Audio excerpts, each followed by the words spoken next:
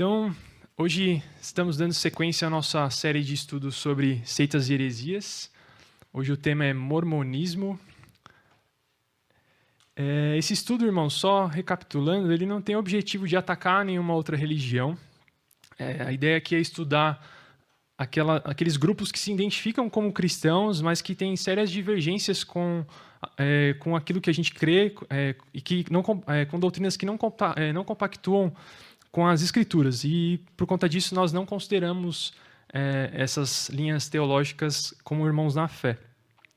Aqueles que tiverem alguma dúvida ou algum comentário durante o estudo, eu peço que examinem se, de fato, vai ser um comentário feito para a glória de Deus e se vai ser, de fato, do assunto que a gente estiver tratando, porque o assunto hoje é um pouco, na verdade, bem extenso, e eu vou tentar resumir o máximo que der aqui para a gente não perder tanto tempo e tratar mais dos pontos centrais aqui, mas no final do estudo eu vou tratar todas as dúvidas de vocês.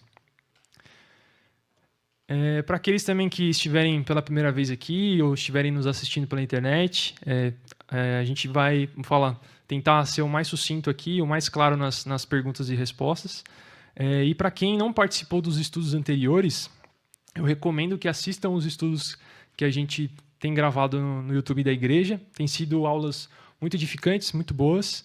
A gente já viu sobre neopentecostalismo, sobre catolicismo, espiritismo, adventismo, Testemunhas de Jeová, judaísmo e no último sábado a gente viu sobre marxismo. Então, seguindo nosso estudo, eu vou recapitular rapidamente o que são seitas e heresias, só para aqueles que estão assistindo pela primeira vez, para a gente poder continuar nosso tema aqui. Então, seita, o que é e como identificar uma seita?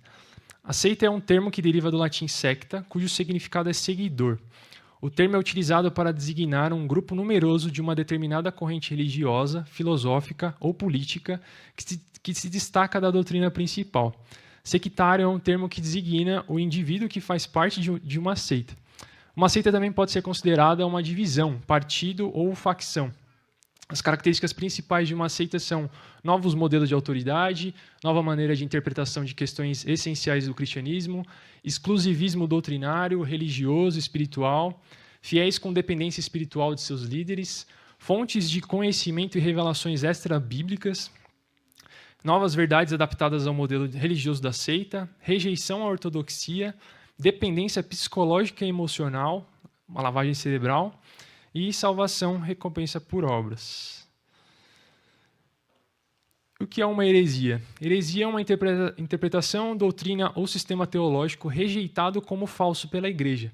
É também uma teoria, doutrina, ideia, prática ou pensamento que nega ou contraria uma doutrina considerada essencial e já estabelecida.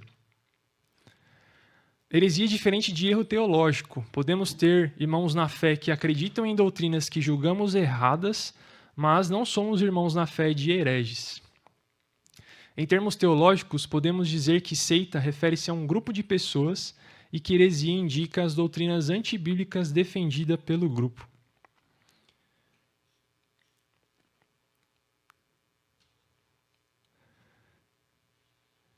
Antes de a gente começar, irmãos, eu queria propor uma reflexão. De tudo que nós temos estudado até aqui, a dúvida que fica é: por que Deus permite tantas visões diferentes? Tanta heresia tem surgido, né? E surgiu ao longo da história. Né? Então, em 1 Coríntios 11, 19, nós vemos Paulo dar uma ideia disso. E é até necessário que haja divergência entre vós, para que os aprovados se tornem manifesto em vosso meio. Em 2 Timóteo também, no capítulo 4, versículo 3, nós vemos que porque chegará o tempo em que não suportarão a sã doutrina, mas, desejando muito ouvir coisas agradáveis, ajuntarão para si mestre segundo os seus próprios desejos. Irmãos, ao estudar a história da igreja, você verá que em todos os momentos, grandes heresias foram criadas, mas nesses mesmos momentos foi onde mais boa teologia também foi escrita. A perseguição e esses tipos de acontecimento, de certa forma, fortaleceram mais ainda a igreja. E quando Paulo fala de sã doutrina, nós podemos deduzir que existe uma má doutrina. Então, nós somos chamados a estudar teologia, não no sentido acadêmico, mas a ter discernimento para diferenciar aquilo que é sã doutrina e aquilo que é má doutrina. Então, vamos ao nosso tema de hoje.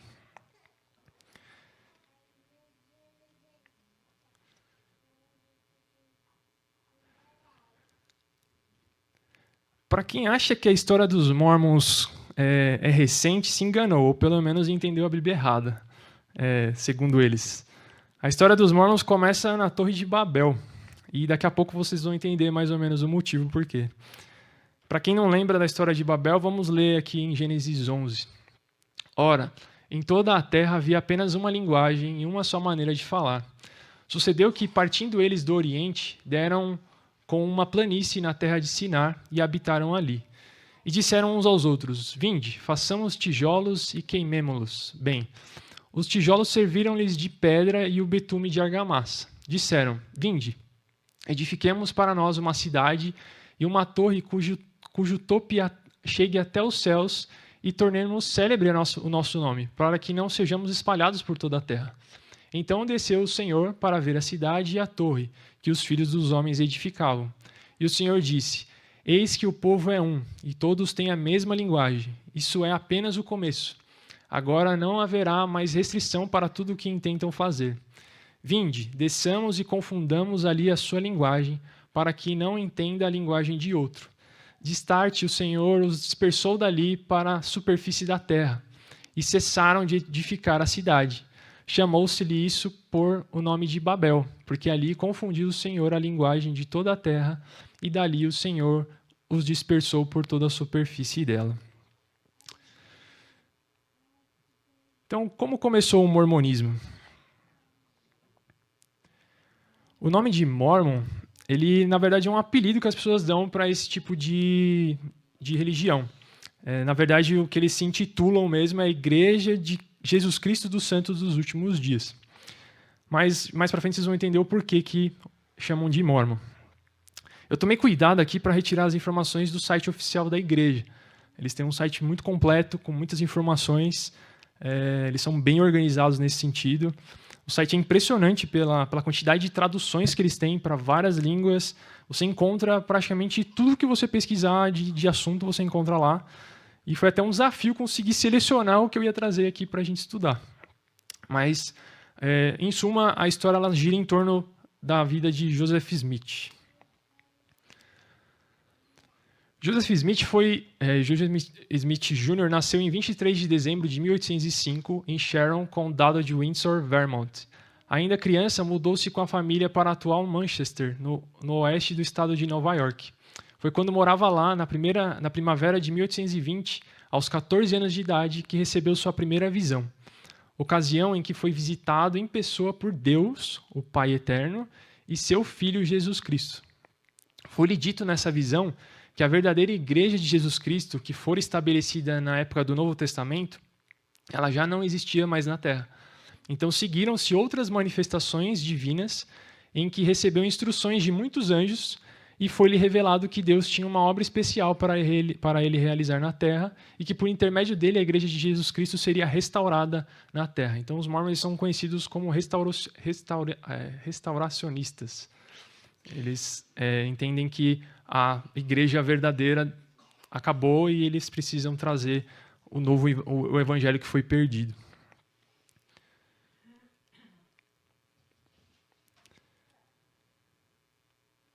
O livro de Mórmon, ele é um volume de escrituras sagradas comparável à Bíblia.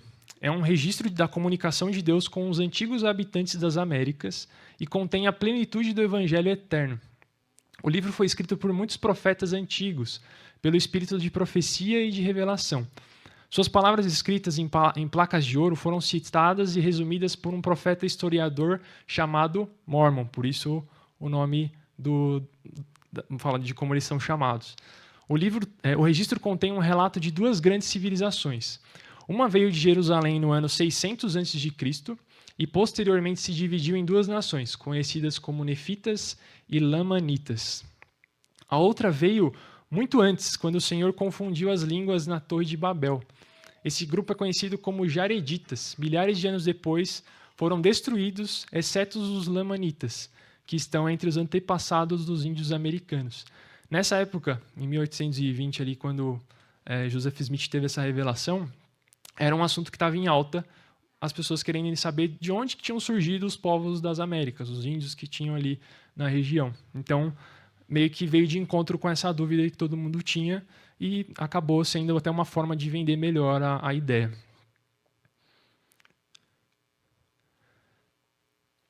O acontecimento de maior relevância registrado no livro de Mórmon é o ministério pessoal do Senhor Jesus Cristo entre os nefitas, logo após a sua ressurreição. O livro expõe as doutrinas do Evangelho, delineia o plano de salvação e explica aos homens o que devem fazer para ganhar paz nessa vida e salvação eterna no mundo vindouro. Depois de terminar os seus escritos, Mormon entregou o relato ao seu filho Moroni, que acrescentou algumas palavras suas e ocultou as placas no Monte Cumorah. Em 21 de setembro de 1823, o mesmo Moroni, então já um ser ressurreto e glorificado, aparece ao profeta Joseph Smith e instrui-o a respeito do antigo registro e da tradução que seria feita para o inglês. No devido tempo, as placas foram entregues a Joseph Smith, que as traduziu pelo dom e pelo poder de Deus. Hoje o registro se acha publicado em diversas línguas como testemunho novo e adicional de que Jesus Cristo é o Filho de Deus vivo e de que todos os que se achegarem a Ele e obedecerem às leis e ordenanças do seu Evangelho poderão ser salvos. Então, vamos tentar imaginar essa linha do tempo aqui de acontecimentos. 2 povos vieram às Américas.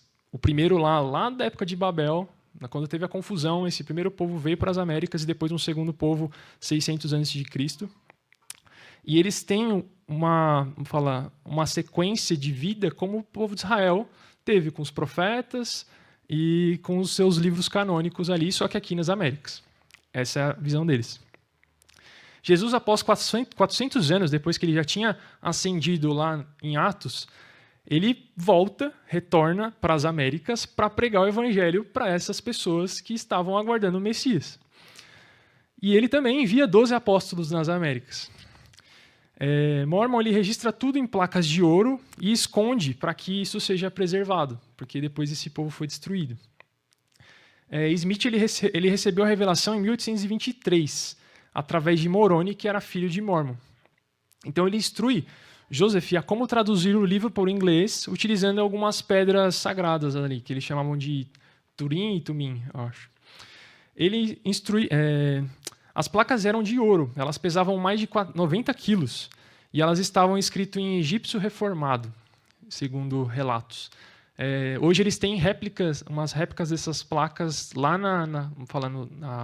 no templo deles em Salt Lake, mas não é de ouro, é só para o pessoal ver ali como era, né, vamos dizer assim. E essas placas sumiram, ninguém sabe onde foi parar.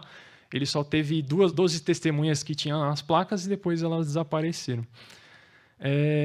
Pesquisando, eu descobri que o livro possui diversas passagens inteiras da Bíblia, só que na tradução da King James de 1611. E aí ficam algumas dúvidas aqui desse relato. Primeiro, como é que ele carregou as placas sozinho? Né? 90 quilos de ouro, né? E ainda mais, sei lá, um monte e talvez correndo o risco de alguém roubar ele, sei lá, enfim. E como o livro de Mormon, que foi escrito no século IV, né? Que foi lá atrás, quando esse povo morava ali nas Américas, como ele tinha tantas referências da Bíblia King James, que foi escrita no século XVI, depois, muito tempo depois. Então, umas dúvidas que eles não conseguem explicar direito.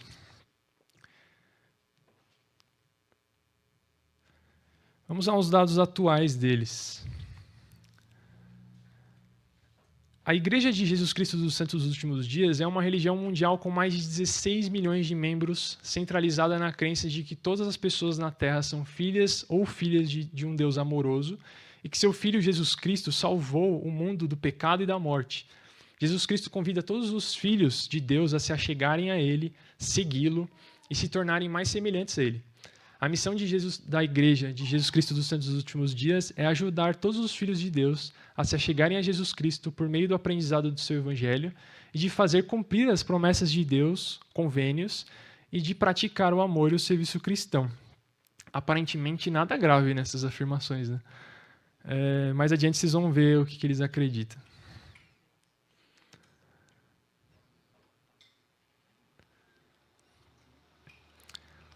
A igreja tem mais de 30 mil congregações em mais de 160 países e territórios. Cada uma dessas congregações é um grupo local de membros da igreja que servem, ensinam, inspiram e orientam uns aos outros a se esforçarem para vencer os seus desafios e as suas dificuldades pessoais. Cada grupo é conduzido por líderes não remunerados que fazem parte da congregação e servem de maneira voluntária por um tempo limitado. Até esses missionários que vocês veem, às vezes, na rua, todo uniformizado, sempre em dois, exatamente. Eles têm... Oi? Isso, exatamente. Exatamente, os elders, é o nome deles.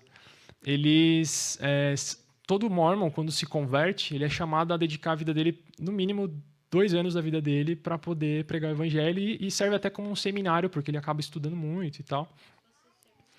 Isso, exatamente. E hoje eles têm, em média, acho que eu estava olhando os dados deles lá, em média 67 mil missionários ativos, que são mantidos por eles. Então, assim, é uma organização muito grande, muito organizada. É de admirar como eles são, nesse sentido, tão assim, organizados. A igreja fornece recursos e programas do evangelho em mais de 110 idiomas. Se vocês entrarem no site deles, realmente, você consegue trocar para qualquer idioma tudo que está disponível lá. Todos os livros, todas as informações, os ensinos. E tem assim, artigo para tudo mesmo. Então, eles são realmente muito fortes nesse trabalho doutrinário assim, para a ideia deles. Ela também opera várias universidades, um programa educacional religioso para jovens e jovens adultos com mais de 400 mil matrículas em 170 países. O Family Search, que é a maior organização genealógica do mundo. Guardem essa informação do Family Search. Mais para frente vocês vão entender para que eles usam isso. Os serviços humanitários da igreja é um vasto programa de ajuda humanitária que fornece quase $1 bilhão anualmente em auxílio mundial. A sede mundial da igreja localiza-se em Salt Lake. Então, além de tudo isso, eles são assim, muito fortes financeiramente e eles conseguem levar essa ideia a muitas pessoas.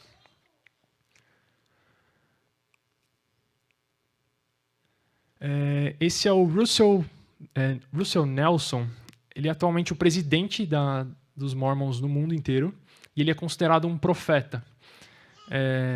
Ele é quase uma espécie de papa assim, deles, é um líder máximo.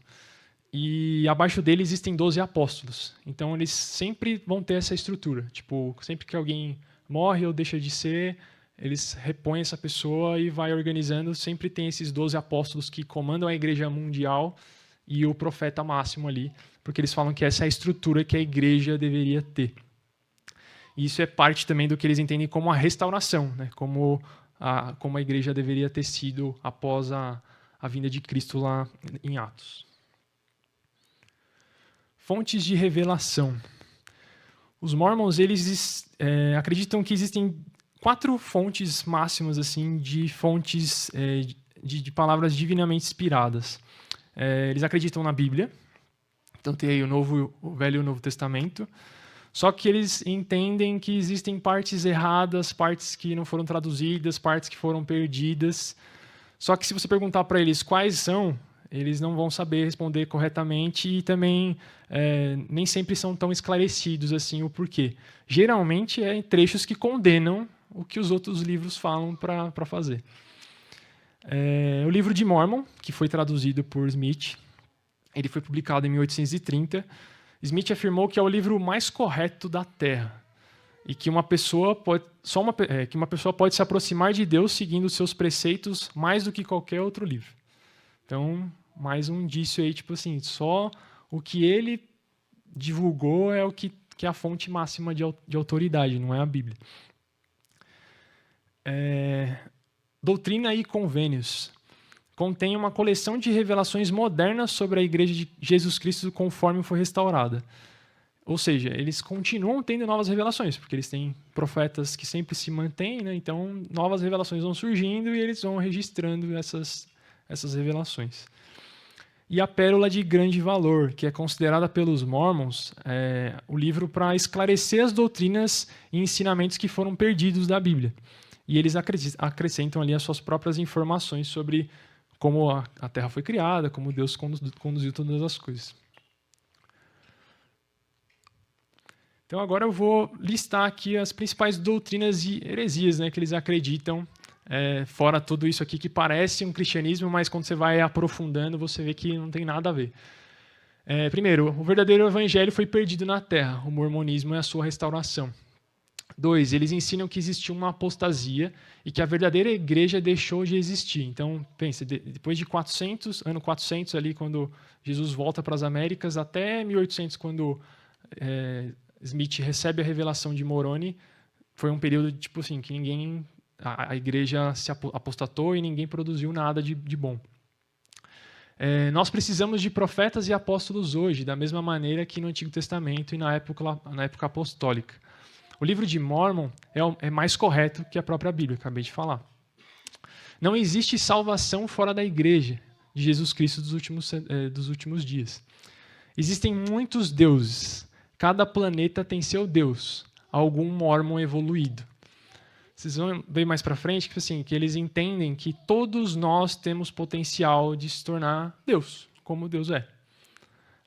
E através das nossas próprias obras, se um dia um Mórmon que for muito bom, ele vai ter o próprio planeta dele e criar um outro sistema solar, não sei, enfim, ele vai seguir para esse caminho. Existem diretrizes de roupas que devem ser utilizadas, inclusive roupas íntimas, para todo mundo. É bem assim, estranho, mas tem isso.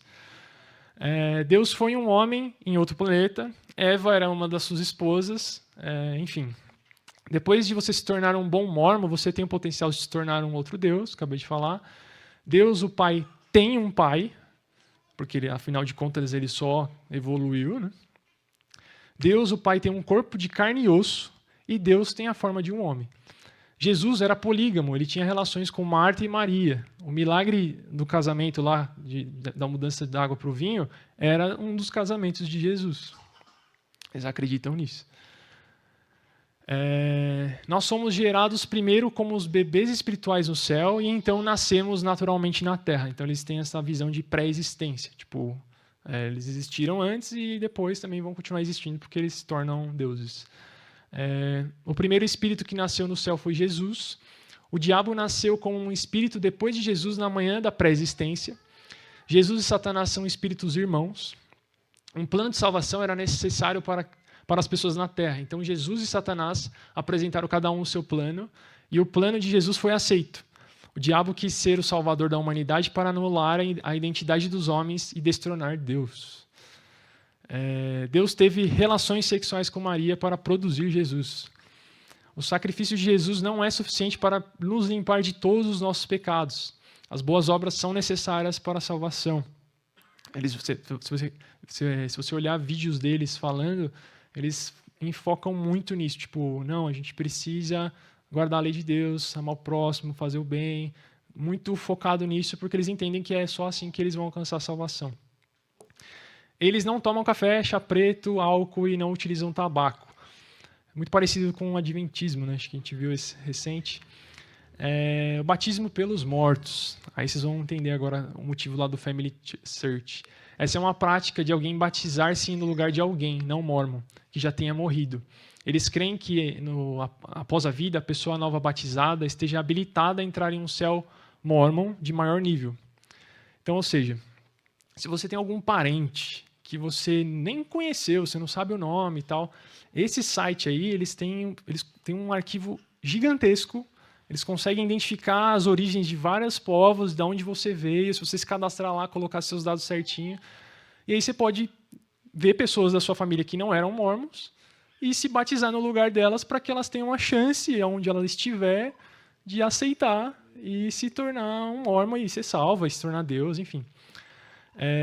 Existem também 3 níveis de céu, que aí é o celestial, terrestrial e o celestial.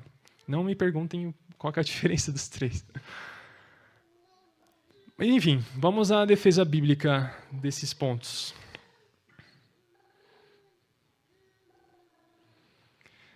Irmãos, como a gente não vai ter tempo suficiente, talvez, para lidar com todos esses pontos que eu acabei de falar deles, pois são muitas coisas, e até tem coisas que eu nem coloquei porque é realmente, tipo assim, absurdo.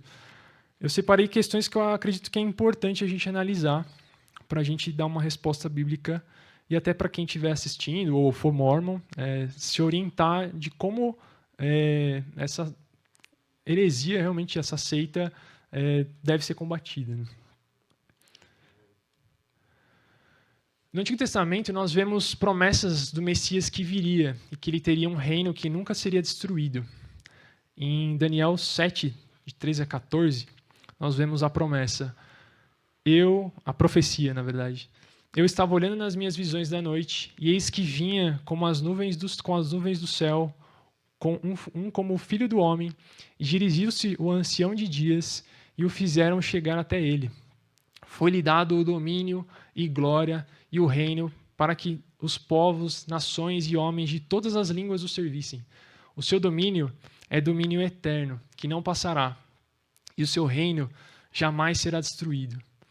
João Batista também falou desse reino em Marcos 1,15, dizendo: o tempo está cumprido e o reino de Deus está próximo. Arrependei-vos e crede no Evangelho. Sim? Ah, sim, verdade. Só voltando, então, o mormonismo ele é baseado em muitas mentiras. Como a gente acabou de ler, tem coisas que são bem claras, assim, né? E uma delas é que a Igreja de Cristo precisou ser restaurada. É uma mentira porque há 2000 anos antes, Cristo fez a seguinte promessa, em Mateus 16, 18. Sobre essa pedra edificarei a minha igreja, e as portas do inferno não prevalecerão contra ela. Em Judas 1:3, vemos também que a fé que temos, ela foi por uma vez por todas entregue aos santos, entregue à igreja. Amados, quando empregava toda a diligência em escrever-vos acerca de nossa comum salvação, foi que me senti obrigado a corresponder-me convosco, exortando-vos a batalhardes diligentemente pela fé que uma vez por todas foi entregue aos santos. Então, como nós vimos, no Antigo Testamento, essa promessa do Messias que viria foi entregue ao povo de Israel e era de um reino que não seria destruído, diferente do que Smith falou que foi, né? Toda autoridade foi dada a Cristo.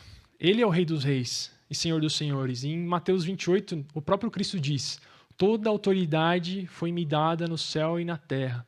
Ide, portanto, fazei discípulos de todas as nações, batizando-os em nome do Pai, do Filho e do Espírito Santo, ensinando-os a guardar todas as coisas que vos tenho ordenado, e eis que estou convosco todos os dias até a consumação dos séculos. Joseph Smith está no mínimo uns 1800 anos atrasado. Joseph Smith também mentiu sobre quem Deus é. Em Isaías 43:10, vemos que só existe um Deus. Vós sois minhas testemunhas, diz o Senhor, e o meu servo a quem escolhi para que saibais e me creiais, e entendais que eu sou, que sou eu mesmo, e que antes de mim Deus nenhum se formou, e depois de mim nenhum haverá. Em Isaías 44:6 nós vemos: assim diz o Senhor, Rei de Israel, seu Redentor, o Senhor dos Exércitos, eu sou o primeiro e eu sou o último, e além de mim não há Deus. Em Isaías 44, verso 8, parte B, há outro Deus além de mim? Não há. Não há outra rocha que eu conheça. Além disso, as Escrituras nos ensinam que esse único Deus existe eternamente em 3 pessoas: Pai, Filho e Espírito Santo.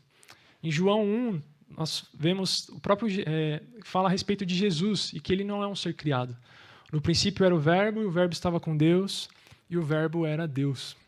Em João 1:3, todas as coisas foram feitas por intermédio dele, e sem ele nada do que foi feito se fez. Em João 1:14, e o Verbo se fez carne e habitou entre nós, cheio de graça e de verdade, e vimos a sua glória. Cristo não é o fruto de um relacionamento do pai com uma de suas esposas, como o mormonismo ensina. Ele não é irmão de Lúcifer. Ele, na verdade, é o criador de Lúcifer. Em Colossenses 1,16 nós vemos: pois nele foram criadas todas as coisas, nos céus e sobre a terra, as visíveis e as invisíveis, sejam tronos, sejam soberanias, quer principados, quer potestades, tudo foi criado por meio dele e para ele. Por que isso é importante? Diante de tudo que nós vimos, da estrutura deles, da organização, dos megatemplos, dos missionários e etc., tudo isso é baseado num falso Cristo. Um Cristo que não pode salvá-los. Por mais que eles utilizem uma linguagem muito parecida com o que a gente vê nas Escrituras. A gente leu algumas passagens falando do que eles colocam no site deles, e você fala, no primeiro momento, assim, nada demais, é uma igreja como qualquer outra. Mas é muito sutil e depois você vai aprofundando, você vê que não é nada disso.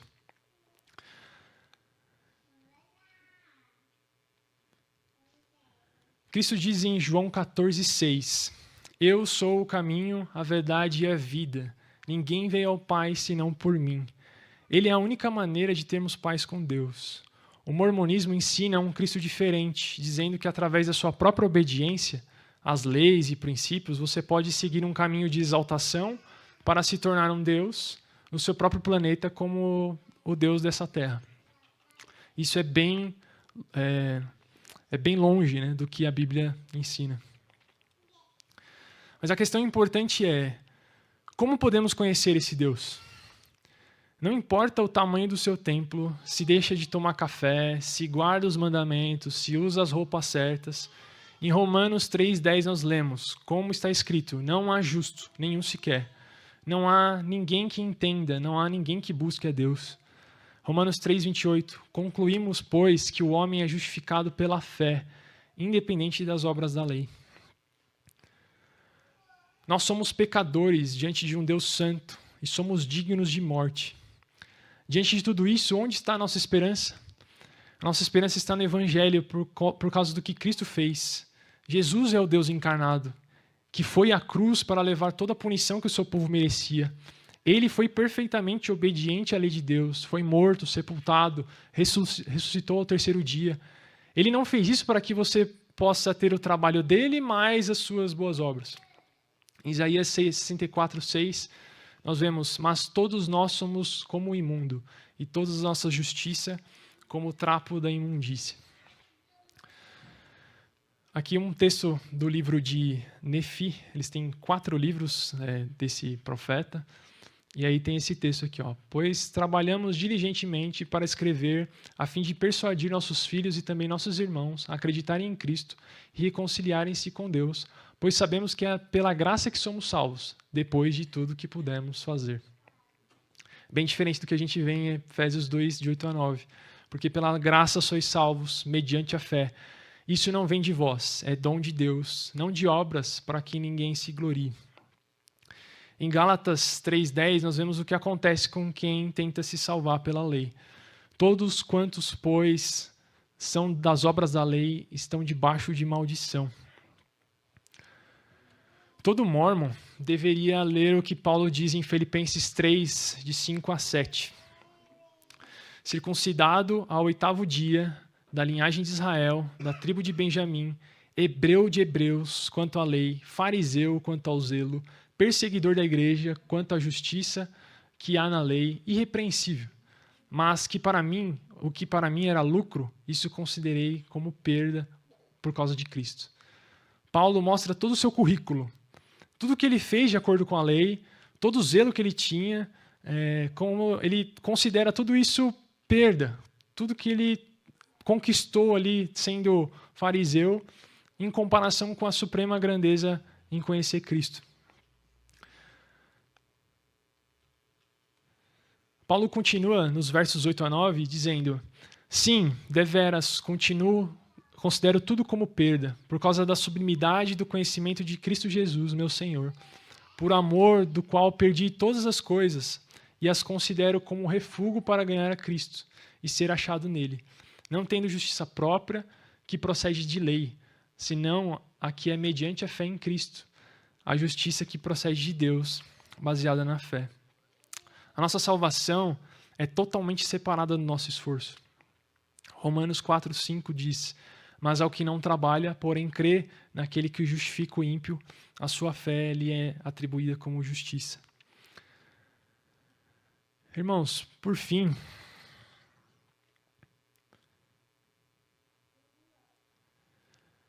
apesar de tudo que o mormonismo faz, da beleza dos seus templos, de todos os materiais teológicos produzidos, dos missionários que eles enviam e sustentam, e de tudo que tudo que eles fazem, é tudo fundamentado numa mensagem de morte, porque Cristo não consegue salvar, o Cristo que eles vendem não consegue salvar. Eles precisam fazer outras coisas. O chamado de Deus para os mormons não é para que eles percam a fé, mas o chamado de Deus para os mormons é para que eles conheçam o único Deus vivo e verdadeiro e que tenham paz com ele através de Cristo. Pois somente Ele pode lhes dar a justiça perfeita através da fé em Cristo, independente das obras da lei.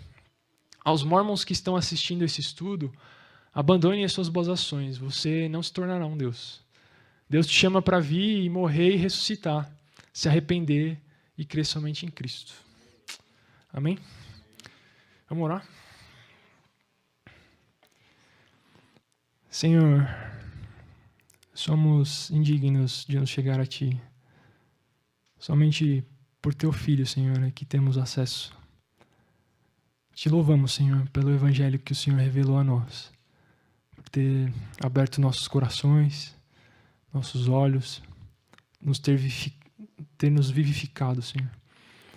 Peço que o Senhor continue nos dando graça para aprender Sua palavra, para crescer em conhecimento, em discernimento, para que possamos, Senhor, identificar a sã doutrina, Senhor, e diferenciar da má doutrina. Peço também, Senhor, para aqueles que estão assistindo esse vídeo ou que vão compartilhar dessa mensagem, que o Teu Evangelho, Senhor, atinja os corações e transforme, Senhor, as vidas dessas pessoas. Em nome de Jesus que eu oro e te agradeço. Amém. Quiserem, pode fazer pergunta. Já fiz questão de prestar bastante atenção para ver se eu via alguém lá no templo.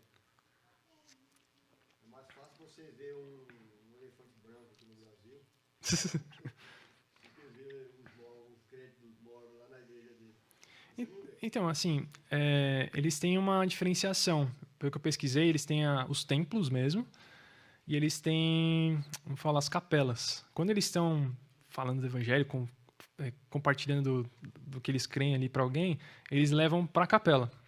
O templo é só para quem é membro mesmo, tipo, meio que exclusivo ali para eles. E o templo também, eles são templos assim bonitos, bem planejados, assim, a arquitetura deles, Oi? Sim, sim. Toda a estrutura que eles fazem ali, tipo, para receber as pessoas, para receber missionário, bem planejado mesmo.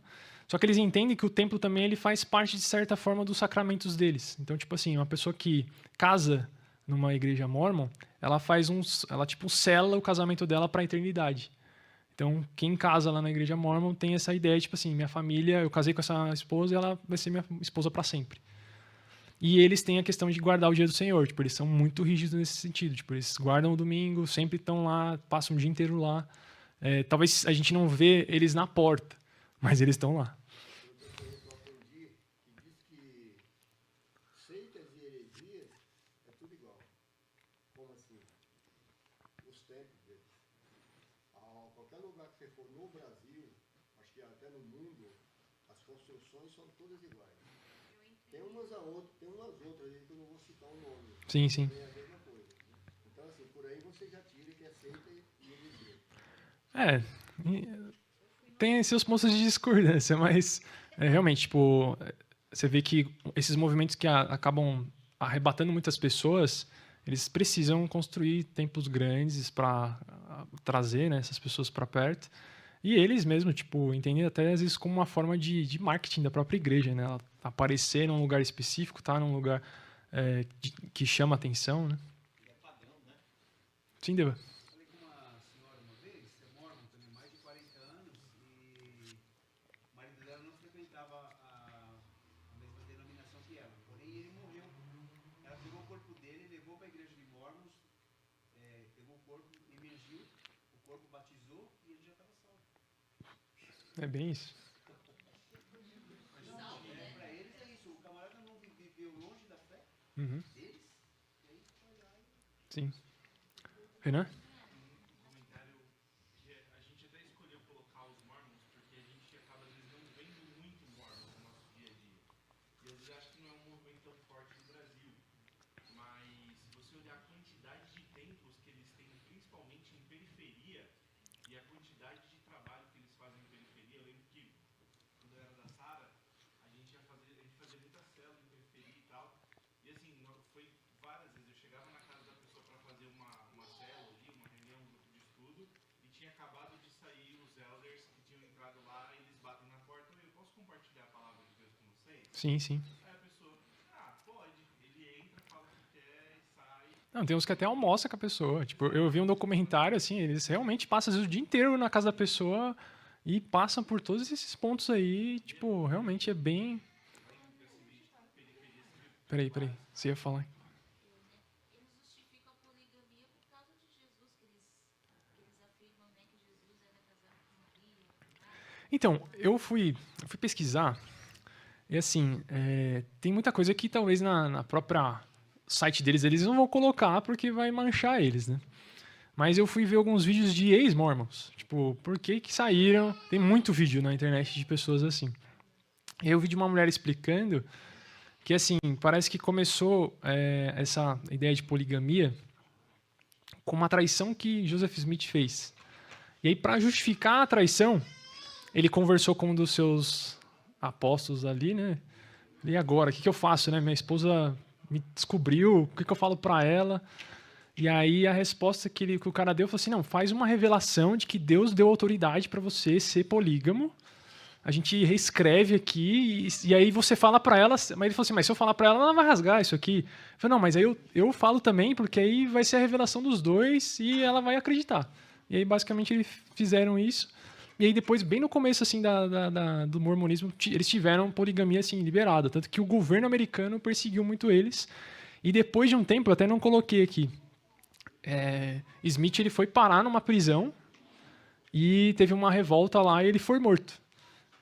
Basicamente por conta desse... Acho que ele foi preso por conta da poligamia. E aí mataram ele lá dentro. Também. Ele matou acho que 2 pessoas quando ele morreu. E assim, hoje eles tratam isso como uma arte e tal, mas não era porque ele era uma boa pessoa. Tipo, ele tinha uns, vamos dizer assim, uns trambiques por trás aí. Mais alguma... Questão também do racismo, que era muito grande, que você não mencionou, né? Acho que dá pra você dar não vou... Então, eu não quis comentar, assim, né? Mas, realmente, tipo, no começo era muito pesado essa questão do racismo ali com... Eles foram liberar negros para fazerem parte da cúpula dos mormons nos últimos 60 anos. Até lá era proibido. E aí Sim. eles receberam uma nova revelação que a partir daquele momento, então, estava liberado negros fazer parte da cúpula. Pois é. Você ia falar? Eu só perguntar, tipo, em relação aos elders lá, tipo, eles dão uma maquiada quando eles vão pregar ou tipo, eles já chegam falando uns absurdos? Não. É sempre, tipo assim, aquele primeiro texto que eu mostrei lá no começo é a apresentação deles. Jesus, você entra no site deles, está lá, Jesus veio para expiar nossos pecados. Tipo, pô, faz muito sentido, mas aí você vai aprofundando, não é bem isso. Né? Exato, adventistas, exatamente. Eu tive uma experiência há muitos anos atrás, quando eu era adolescente. Uhum. E naquela época não tinha celular. E aí o telefone de casa foi funcionar, eu tive que ir na esquina, em cima, e eu saí daí de casa, já estava com aquela paciência muito boa, né? Eu tenho que ir lá resolver isso. Aí o Mormon veio e me parou. Posso conversar com você? Eu falei, agora não vai dar. Você sabia que Jesus veio dos Estados Unidos? Agora que eu não vou ouvir mesmo. Legal. Mas assim, ele me abordou dessa forma, né? Sim. A maioria não aborda dessa forma, eles abordam de uma maneira muito sutil, cara. Os caras são muito legais, assim, muito bacanas. Não, você vê os... Pode falar, Sandro. Só pegando o gancho das abordagens, mas não falando sobre levantar um ponto muito interessante. Não sei quantos já repararam, são todos jovens. São todos jovens. Enquanto, e aí um ponto de alerta para nós. Enquanto muitos pais que estão na igreja estão esperando os filhos chegarem aos 18 anos para ir para a universidade e tal, não sei o quê, os pais que estão no mormonismo torcem para o filho chegar a 18 anos para virarem missionários. Um ponto de atenção para nós. Sim. Então, é errado, tá? Eles estão seguindo doutrina errada, tudo, mas os pais desejam que eles se completem logo 18 anos para se tornarem missionários, enquanto os da igreja não querem nem que os filhos se tornem missionários. Eu trabalhei com uma moça Sim. era mormon na família, e o irmão dela, assim que atingiu 18 anos, se tornou missionário, Uhum. porque ele nem aqui vai para os Estados Unidos, faz um treinamento lá, ganha uma bolsa de estudo lá, então por isso também eles torcem, porque ganha, vai um ensino superior. Querendo ou não, é muito caro, né? Lá fora. Uhum. Compensa. Então, e é como se fosse um serviço obrigatório, tem que 2 anos Uhum. trabalhar para fazer o evangelismo. Bem isso mesmo. E uma outra vez, uma outra moça, pra ver como que é, né? Eu já trabalhei em 2 lugares diferentes, Sim, sim. mormon. E a mãe dela faleceu e eu fui dar um apoio. E aí eu fui na igreja, entrei, Uhum. tudo. Eu fiquei na época católica romana, eu fiquei embasbacada com a estrutura da Uhum. igreja. É muito organizada. Nossa, você olha as fotos da principal deles lá de... Nossa. Aqui em São Bernardo, e assim, muito organizado, salinha pra tudo separadinho. Sim, É bonito de ver, assim, a estrutura organizacional deles. sim, sim. Mas é como o Cristo falou, né? Sepulcro caiado, né? Mostrar a igreja. Bonito por fora e... Sim. Pode falar. Jesus veio para as Américas e constituiu os 12 discípulos aqui também. Eles têm base histórica para isso? Porque ou simplesmente é uma história que é contada e todo mundo crê porque reproduz. Tá? Então, assim, eu fui atrás disso aí também para tentar entender. Pelo que, assim, não tem realmente registro histórico de que isso aconteceu. Até os detalhes que ele dá dos povos não bate historicamente com os registros que a gente tem hoje. Eu vi, assim, que a história que Joseph Smith criou, assim, porque ele criou, né? Tipo, você vê que é bem, bem mal contado e até ele plageia, pega os textos da Bíblia King James, falam que mais de 10 mil citações ele trouxe da Bíblia King James. E aí falam assim que teve um cara, não lembro o nome dele agora, que ele estava criando na época uma história fictícia, como se fosse uma literatura mesmo, para explicar o aparecimento do pessoal das Américas. E tinha muito dessa mesma cosmovisão que Smith adotou, tipo, de que vieram lá do povo, do pessoal de Babel e tal. E aí Joseph Smith foi juntando ali, por isso que, tipo assim, falam até que ele teve 2 visões. Que a primeira visão foi Deus Pai e Deus Filho falando com ele, os dois em homem, carne e osso. E depois, na segunda visão, foi Moroni, só que tipo assim, foi aumentando a história, né? Tipo, ele foi agrupando outras ideias. E assim, até hoje, tipo assim, você vai ver, é muito extenso a história que ele criou. Assim. Então, não, assim, de registro histórico, realmente não tem fundamento. Sim. Mormon é os profetas dele, né? É um profeta que existiu aqui nas Américas, que veio lá de trás, e aí ele passou a revelação para o filho dele, Moroni, e aí esse Moroni guardou as pedras, as placas de ouro lá, escondeu, e depois ele aparece, muito tempo depois, como um corpo glorificado ali, como se ele tivesse até ressuscitado, sei lá, e aparece para Joseph Smith e faz ele procurar as placas. Mas a lápide da igreja deles tem outro nome. Qual? Igreja de Jesus Cristo dos últimos Santos dos últimos dias. dias. Sim. Se tentasse explicar o que eles querem dizer com isso, nos últimos dias. Ah, não, é assim. Como eles falam que eles são restauracionistas, né? Tipo, a ideia é, tipo assim, como a igreja se perdeu, então eles são a igreja. Como Paulo, você vê nas cartas, ele sempre se refere à igreja como os santos, né? Então, a igreja dos santos dos últimos dias. Então, eles que vieram depois e que agora estão aguardando a terceira volta de Cristo, né? Não é a segunda, porque a segunda já veio, né? Então, mais ou menos esse sentido. Mais alguma pergunta? Oi.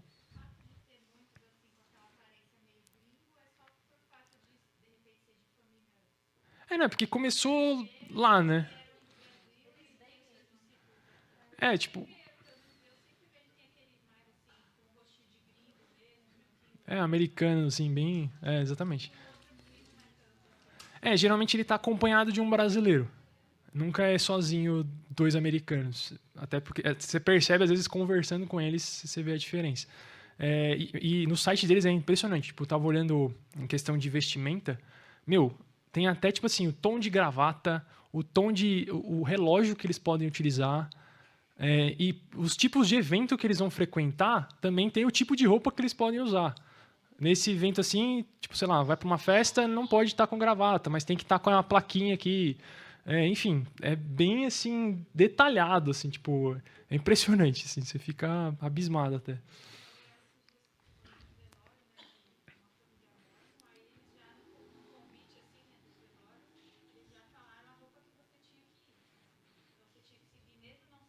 Uhum.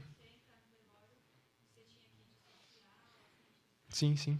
Tá muito ligado às boas obras, né? Tipo, é muito aparência mesmo, a conseguir se firmar nisso de que é algo que vai fazer eles melhorarem lá na frente, né?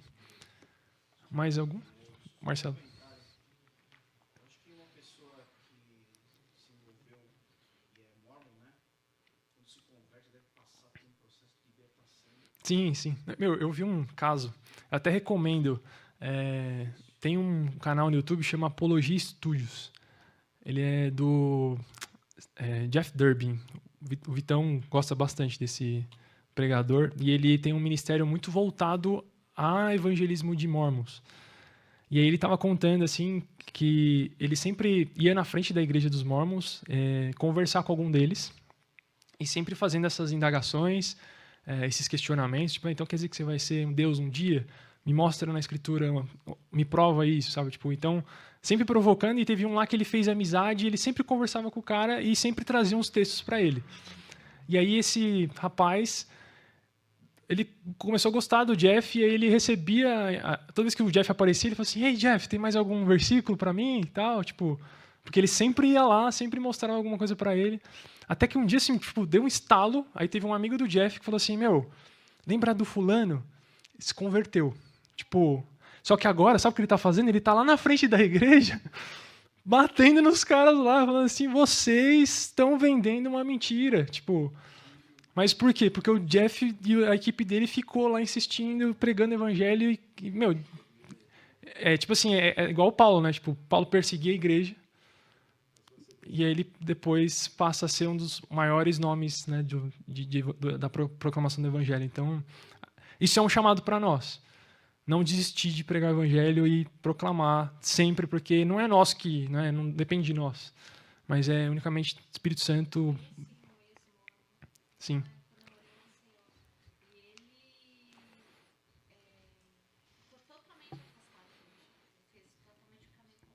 Sim, sim. Então, a maioria dos vídeos que eu vi de ex-mormon, eles falam: eu virei agnóstico, não aguento mais, não quero saber mais de religião.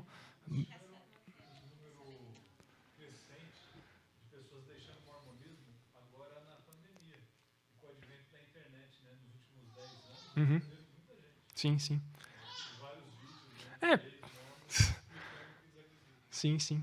Querendo ou não, hoje, num clique você aprende muita coisa na internet, né? Por mais que, às vezes, tipo, tenha acesso a coisas que não são boas, mas muita coisa boa, a gente mesmo aprende muita coisa na internet. Então, graça de Deus. Você fala que não. Eu queria até fazer um pedido para os irmãos aqui, que por incrível que pareça, eu tenho um ministério de evangelismo, vocês vão dar risada onde é. E eu tenho certeza absoluta que lá de uma forma assim, que até eu mesmo fico me perguntando como é que pode isso. Dentro de uma sauna. Na sauna, Aonde? no clube da Mercedes. Entendi. Hoje eu preguei para 2 pessoas lá. De certa forma, você frequenta ali, é uma forma de você falar do evangelho, né? Na calma, acho que a cabeça quente ali, mas com toda a calma do mundo. Com toda a calma do mundo. Hoje eu abordei um rapaz. Você relaxa. Não vai ser rapaz. Mais alto, magro, eu falei, você é evangélico? Ele falou, não. Eu falei, pois é, você tem uma fisionomia de alguém que é servo de Deus. E aí eu comecei. O cara saiu de lá sabendo meu nome, agradecendo pela palavra. Então, assim, eu creio que lá naquela sala lá, Deus vai me usar muito. Mas em qualquer lugar, Gnaldo, em qualquer lugar. Assim, eu A fila do banco. ouvindo os caras conversar as besteiras dele. Quando tem a oportunidade, eu não ouvi tudo não. Isso aí, isso aí. Vamos. A sua última pergunta, só pra gente não estender tanto. Sim? Programa na TV fechada, chama-se Filhos da Poligamia, não sei, Uhum. assim, que resgata pessoas, essas igrejas. Eu não sei se está relacionado à Igreja do Senhor Jesus Cristo dos Santos dos Últimos Dias, mas é de várias igrejas polígamas. Entendi. Eu também não vou me arriscar a falar. Essas igrejas têm alguma coisa a ver com a Igreja do Senhor Jesus Cristo? Ah, esse programa você fala? Essas igrejas que elas vão resgatar as pessoas, a maioria são mulheres, né? Sim, sim. Querem sair. Tipo assim, até acho que talvez vai ser um ponto de estudo que a gente vai fazer mais pra frente. Não de outra religião, mas de pontos tipo da nossa vida cotidiana e que a gente vai falar sobre escravidão. Escravidão não é algo que acabou. Existe hoje acho que 27 milhões de pessoas escravas, ou sexualmente, ou por abuso de trabalho no mundo. E tipo, ninguém fala nisso, sabe? Então, eu acho que está meio relacionado a isso. Mas mais pra frente a gente vai tratar desses assuntos. Gente, estamos encerrados. Temos um lanche lá na frente. Sim, sim. Tudo que você tem nunca é seu. Você sempre vai pagar.